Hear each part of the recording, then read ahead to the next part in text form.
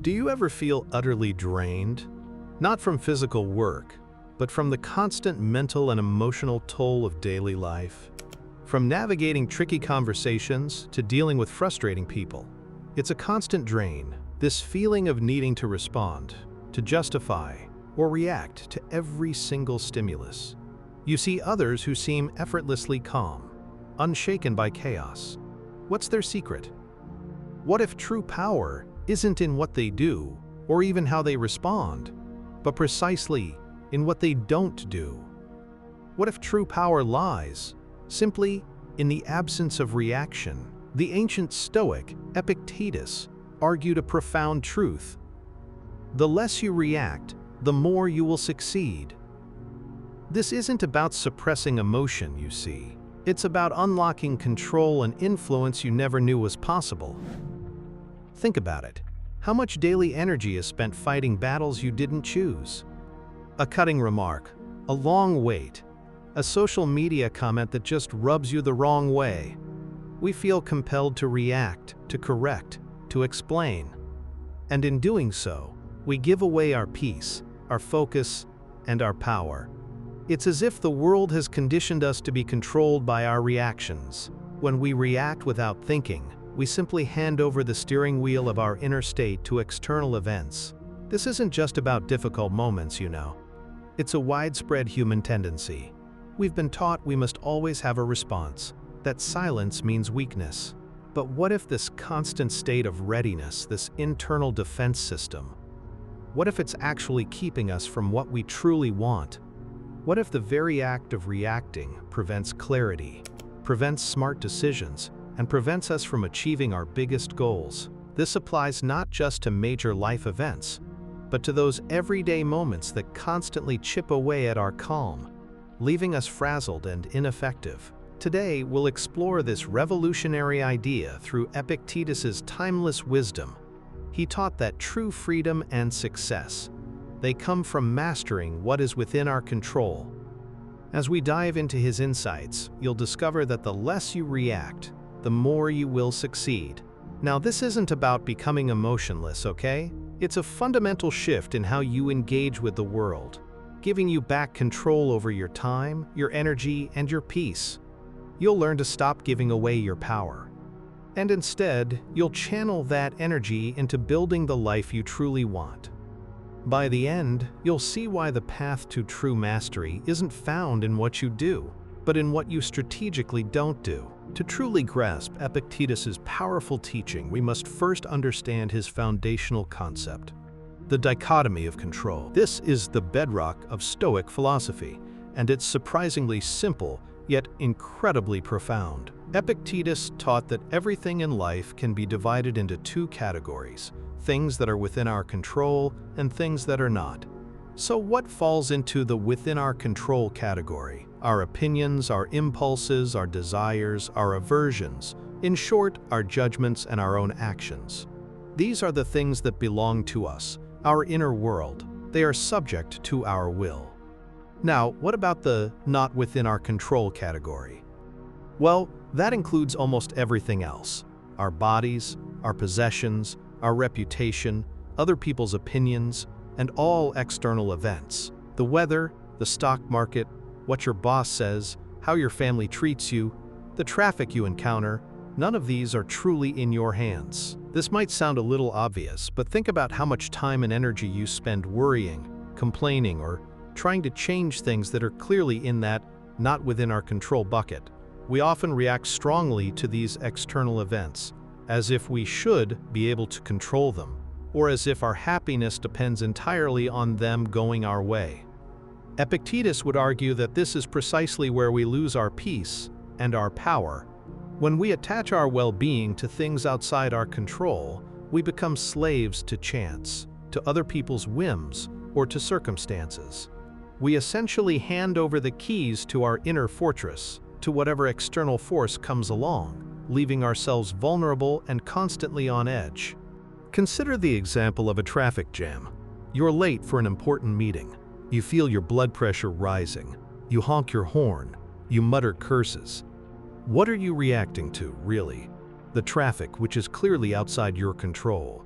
Your reaction, the anger, the frustration, is also something that, at first glance, seems automatic. But Epictetus would gently point out that while the traffic itself is an external fact, your reaction to it, your judgment of it as bad or unbearable, that's entirely within your control.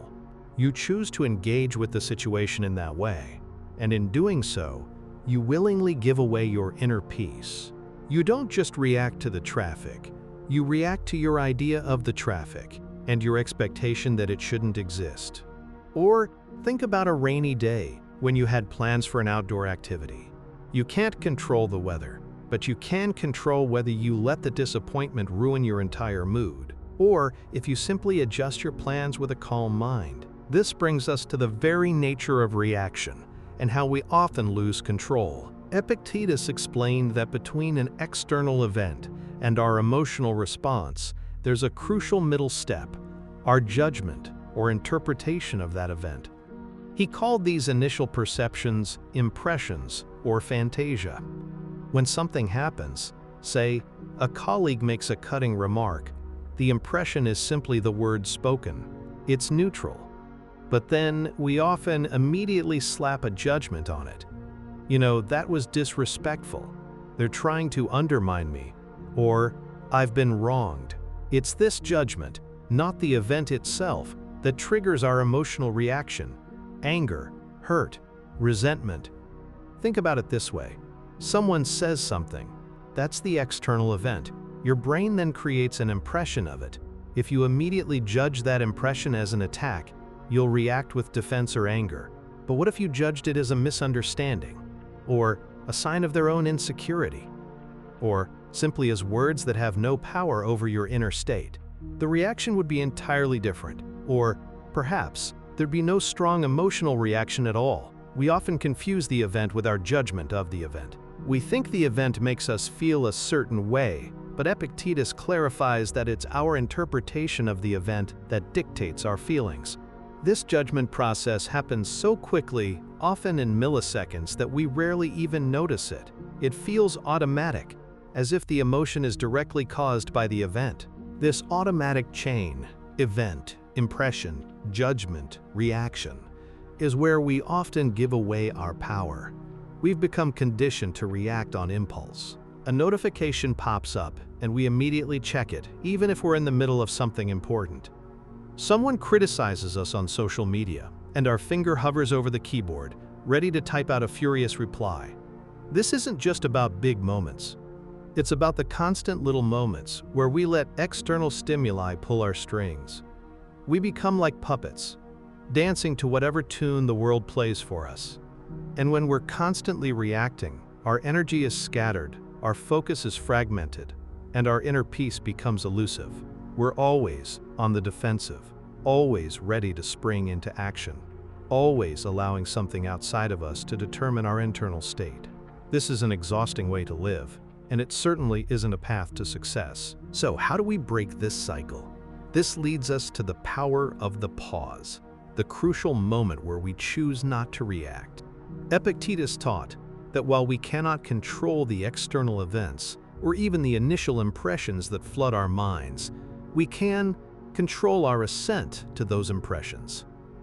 We have the ability to pause, to examine the impression, and to decide whether to accept it as true or valid, or to dismiss it. This ability, our power of choice, is what Epictetus called our prohairesis, our moral purpose or will. It is the core of our freedom. When that cutting remark comes from a colleague, instead of immediately thinking, "How dare they?" and feeling a surge of anger, you introduce a pause. You observe the impression. Ah, you might think, these are just words. This is an external event. Do I need to give this power over my inner state? This pause creates a space. In that space, you can ask yourself, is this true? Is this helpful? Is this within my control? What is the most productive way to respond, if any? This isn't about becoming a robot or shutting down your emotions. You might still feel a pang of irritation. But instead of letting that irritation dictate your next action, you hold it, observe it, and then consciously choose your response. Perhaps you decide to address it calmly later, or maybe you simply let it go, understanding that their words reflect more on them than on you. This strategic pause is the secret weapon. It allows you to reclaim your steering wheel. It's the difference between being swept away by a wave and choosing to stand firm, or even to ride the wave. We are not defined by what happens to us, but by our response to what happens to us. By cultivating this pause, you develop a crucial skill, the ability to choose your inner state regardless of external circumstances. This is where true freedom begins, and it's a necessary step towards unlocking success. Now let's explore the profound benefits of this non-reaction and how it directly leads to greater success in all areas of your life. When you consistently choose not to react impulsively to every trigger, several powerful things begin to happen. First, you experience a massive gain in energy conservation. Imagine your emotional and mental energy as a finite resource, like a battery. Every time you react with anger, frustration, worry, or defensiveness to something outside your control, you drain that battery. Think about how exhausting it is to get into a heated argument, or to stew over a rude comment, or to worry endlessly about an outcome you can't influence. It's like having countless tiny leaks in your energy tank throughout the day. Each emotional flare-up, each compulsive check of your phone, each moment spent replaying a perceived slight, they all chip away at your vital reserves. You arrive at the end of the day feeling utterly depleted, not because you've done meaningful work, but because you've been constantly fighting invisible battles. This conserved energy can then be directed towards your goals, your creative projects, or simply maintaining a state of calm and focus. Imagine having that extra reserves each day. What could you build? What could you achieve? Second, non-reaction leads to greater clarity and better decision-making. When we're in a reactive state, our emotions often cloud our judgment. Anger can lead to impulsive words or actions we later regret. Fear can paralyze us or make us avoid necessary risks. And frustration? That can lead to shortcuts or poor planning. Imagine trying to solve a complex problem or negotiate an important deal while your mind is churning with irritation or resentment. Your ability to think clearly is severely hampered. But when you pause and choose not to react immediately, you allow your rational mind to engage. You can see the situation more clearly without the distortion of intense emotion. This enables you to make more thoughtful, strategic decisions. Decisions that align with your long-term goals and values, rather than being driven by fleeting impulses. You move from being a victim of circumstance to being the architect of your responses. Third, the less you react, the more you cultivate influence and respect. Think about people you admire, people who seem effortlessly calm under pressure. They don't fly off the handle. They don't get easily flustered. And they don't engage in petty squabbles. Consider leaders you respect. They rarely lose their temper publicly or get drawn into unproductive arguments. What's your impression of them? You likely see them as strong, dependable, and in control. This is the power of non-reaction. When others see that you're not easily provoked or manipulated, they treat you differently. You become an unmovable object in a world of constant motion. Your silence, your calm demeanor, and your deliberate responses, they carry more weight than any outburst or impulsive defense.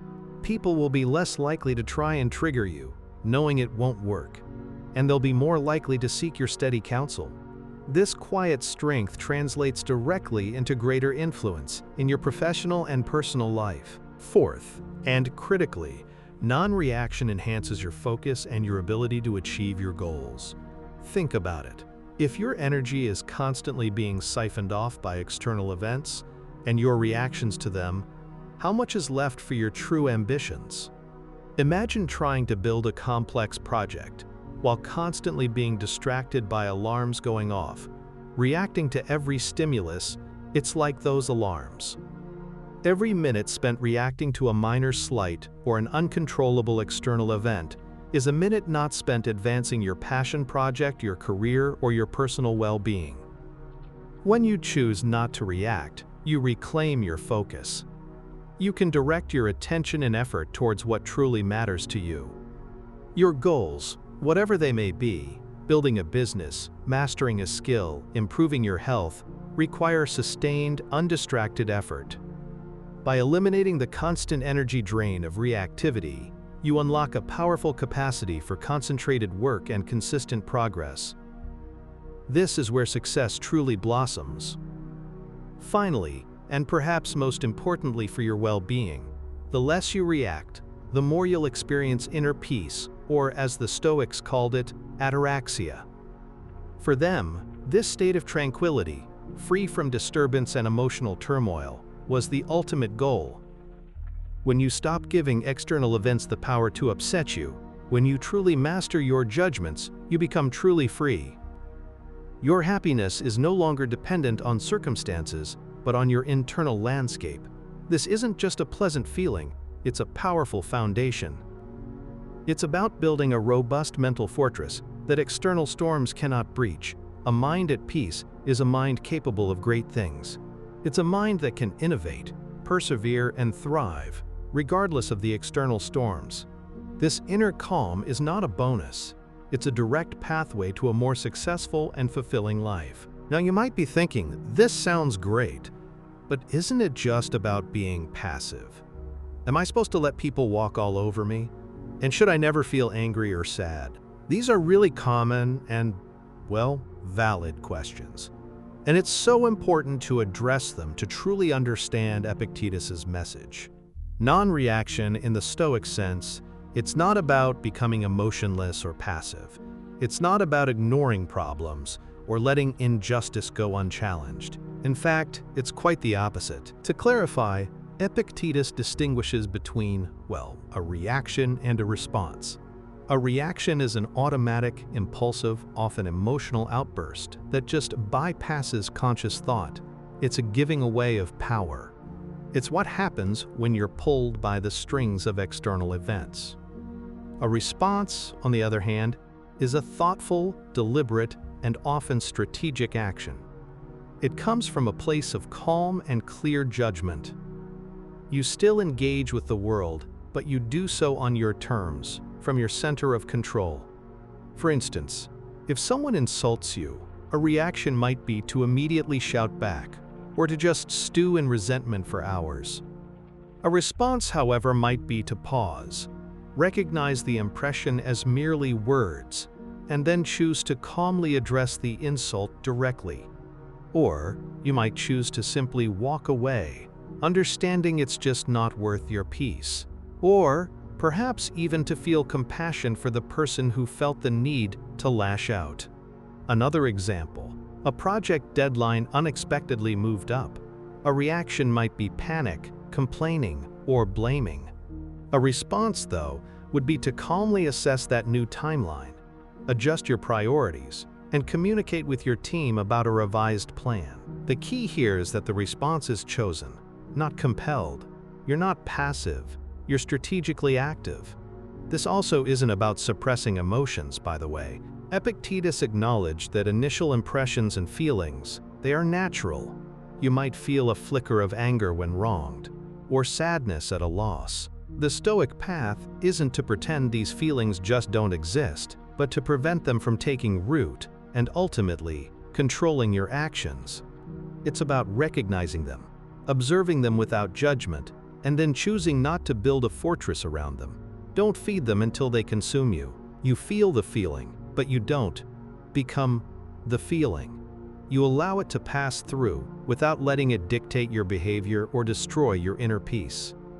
It's a subtle but profound difference. You know, feeling an emotion versus being consumed by it. What about situations of injustice? Should we just not react to them? Absolutely not. Epictetus himself, a former slave, understood injustice deeply. His teachings don't advocate for apathy towards the world's problems. Instead, they provide the internal strength and clarity to effectively fight for what is right. Now, if you react with blind rage to every injustice, you will burn out, make mistakes, and likely be ineffective. Your efforts will be scattered and often counterproductive. But if you can meet injustice with a calm, clear mind, you can formulate intelligent strategies, speak with authority, and take powerful, purposeful action. Your capacity to make a positive impact is amplified when you are operating from a place of control, not reaction. So how do we begin to put this into practice in our daily lives? It's a skill, and like any skill, it requires practice and conscious effort. One of the most powerful practices Epictetus recommended is to constantly remind yourself of the dichotomy of control.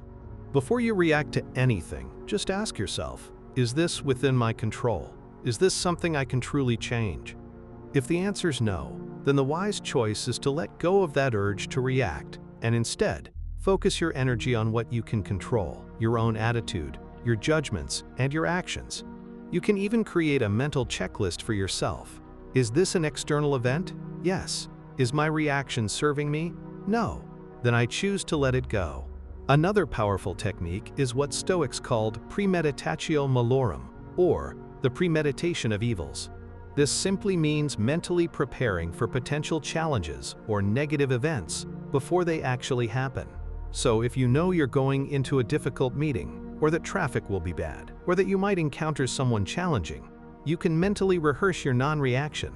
You can decide beforehand how you'll choose to respond, with calm, with patience, with detachment, rather than letting the moment catch you off guard. This proactive approach significantly reduces the likelihood of impulsive reactions. You're essentially training your mind to be ready, to meet external pressures with internal resilience. Finally, cultivate the habit of the pause we discussed earlier. When an external event triggers a strong emotion, practice creating a mental space before you act or speak. Take a deep breath. Count to 10. Ask yourself, what is this? Is this an external event? Am I adding a judgment to this? Is reacting impulsively going to serve me or my goals? This small delay, even just a few seconds, can shift you from automatic reaction to conscious choice. It's like inserting a tiny moment of wisdom into that automatic chain. With consistent practice, this pause will become second nature, giving you back control over your emotional landscape and empowering you to channel your energy towards true success.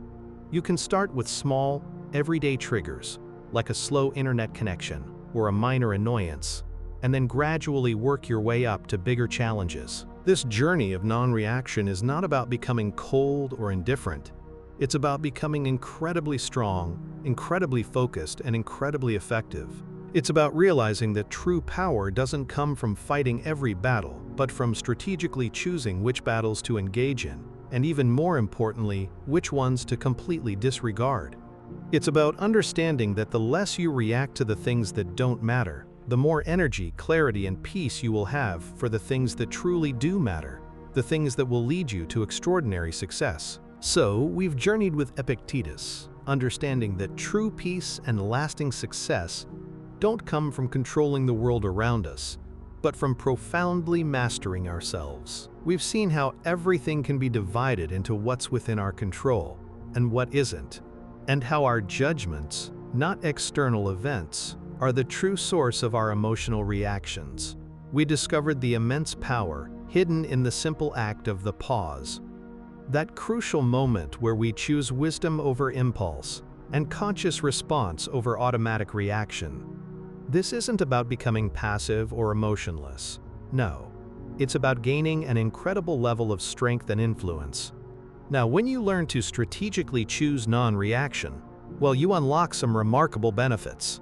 For one, you conserve a massive amount of mental and emotional energy that was previously wasted on external battles. You also gain profound clarity, allowing you to make smarter, more thoughtful decisions.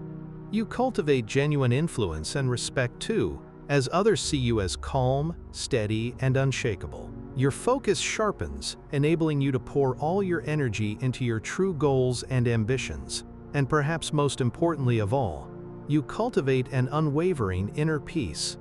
a deep tranquility that frees your happiness from the whims of the world. Remember, Epictetus's timeless wisdom reveals a profound truth: the less you react, the more you will succeed.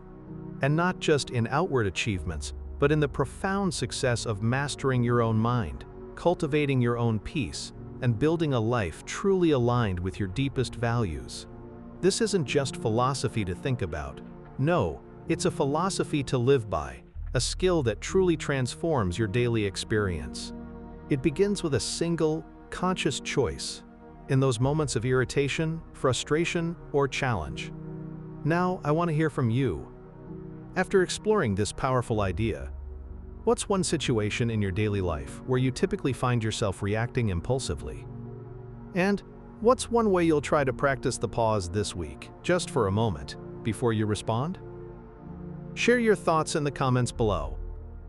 Let's build a community committed to this powerful shift, supporting each other on this journey to greater calm and control.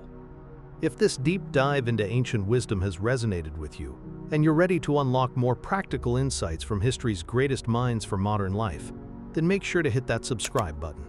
Join us as we continue to explore the timeless ideas that can truly transform your existence, helping you navigate the world with greater calm, clarity, and success.